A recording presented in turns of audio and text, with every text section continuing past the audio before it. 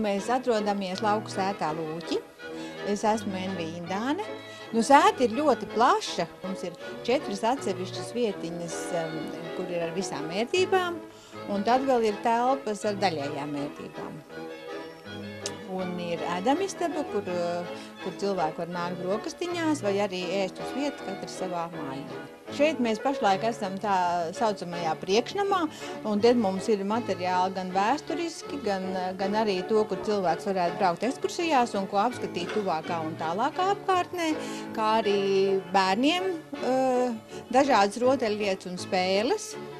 Mums ir arī tāda lieta, ka mums ir pūķi. Tos gan tad ir vai vecāku uzraudzībā, vai manā uzraudzībā, jo Jūrkalnē vējš ir diezgan bieži, un tad tā pūķu laišana arī ir viena no tādiem nodarbiem, kas bērniem ļoti patīk. Mums šeit ir kādreiz saucās lielā mazā istaba, tagad lielā istaba tiek izmantot tādā veidā, kad es paņēmu no amatniekiem viņa darbus. Tepat Jūrkalnē viens amatnieks taisīja krēsliņus dažādus, karotes un visādas citas lietas. Mums ir arī ļoti interesants pašlaik vairāk kā 35 augi jau ir sakņu un tējas dārziņš, kas arī daudz interesē. Var arī saplūkt lapiņus, uzvārīt sev tējiņu, tāpat mēs ejam pasmaržojam visas garšaugus un tējas.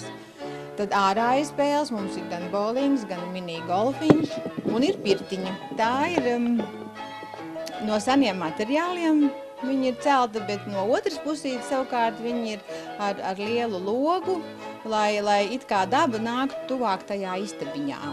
Un tad mēs arī tālāk, kad būvējām abas pārējās mājiņas, arī izmantojam šos lielos logus. Tas ir, kad līst lietus, tad cilvēki var būt tā kā iekšā, tā kā ārā justies. Un tas viņiem tas pievilcīgākais bija. Un pirtiņa ir neliela, bet 4-6 cilvēki var justies ļoti ērti, jo tur ir priekšistabiņa, kur tad pasēd un iedzer tēju.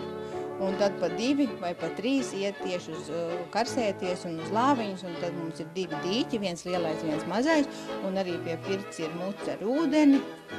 Ģimenēm patīk tas, kad ir katra vietiņa un mājiņas ir ļoti atsevišķi. Tā pašā laikā, ja viņi vēlās, viņi ir lielā pagalmā kopā, tad viņi nāk šeit, var dažādas spēles spēlēt.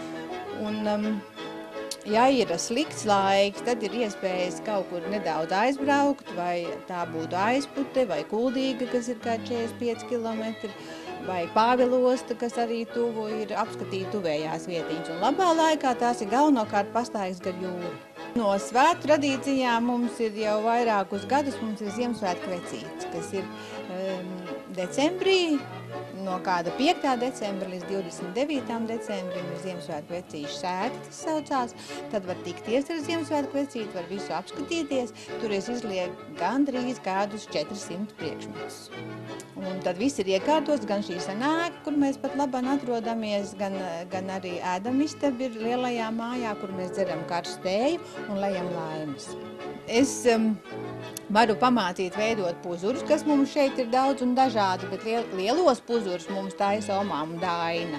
Un ziemā tas notiek, tas ir pēc visas Ziemassvētku vecīšu darībām, tad janvārs, februārs, marts, tad ir lielā puzura taisīšana. Arī lieldienas, tās ir nedaudz, jo laiks ir mazāks, teiksim, vai tās ir 2, 3, vai kā šogad bija gandrīz 4-5 dienas, bija garās lieldienas. Un arī tad notiek lielā olu meklēšana, jo mežmela nav tālu un zaķis atnes daudz olas, un tad ir dziedāšana un visādas izdarības, kas saistīts ar lieldienām.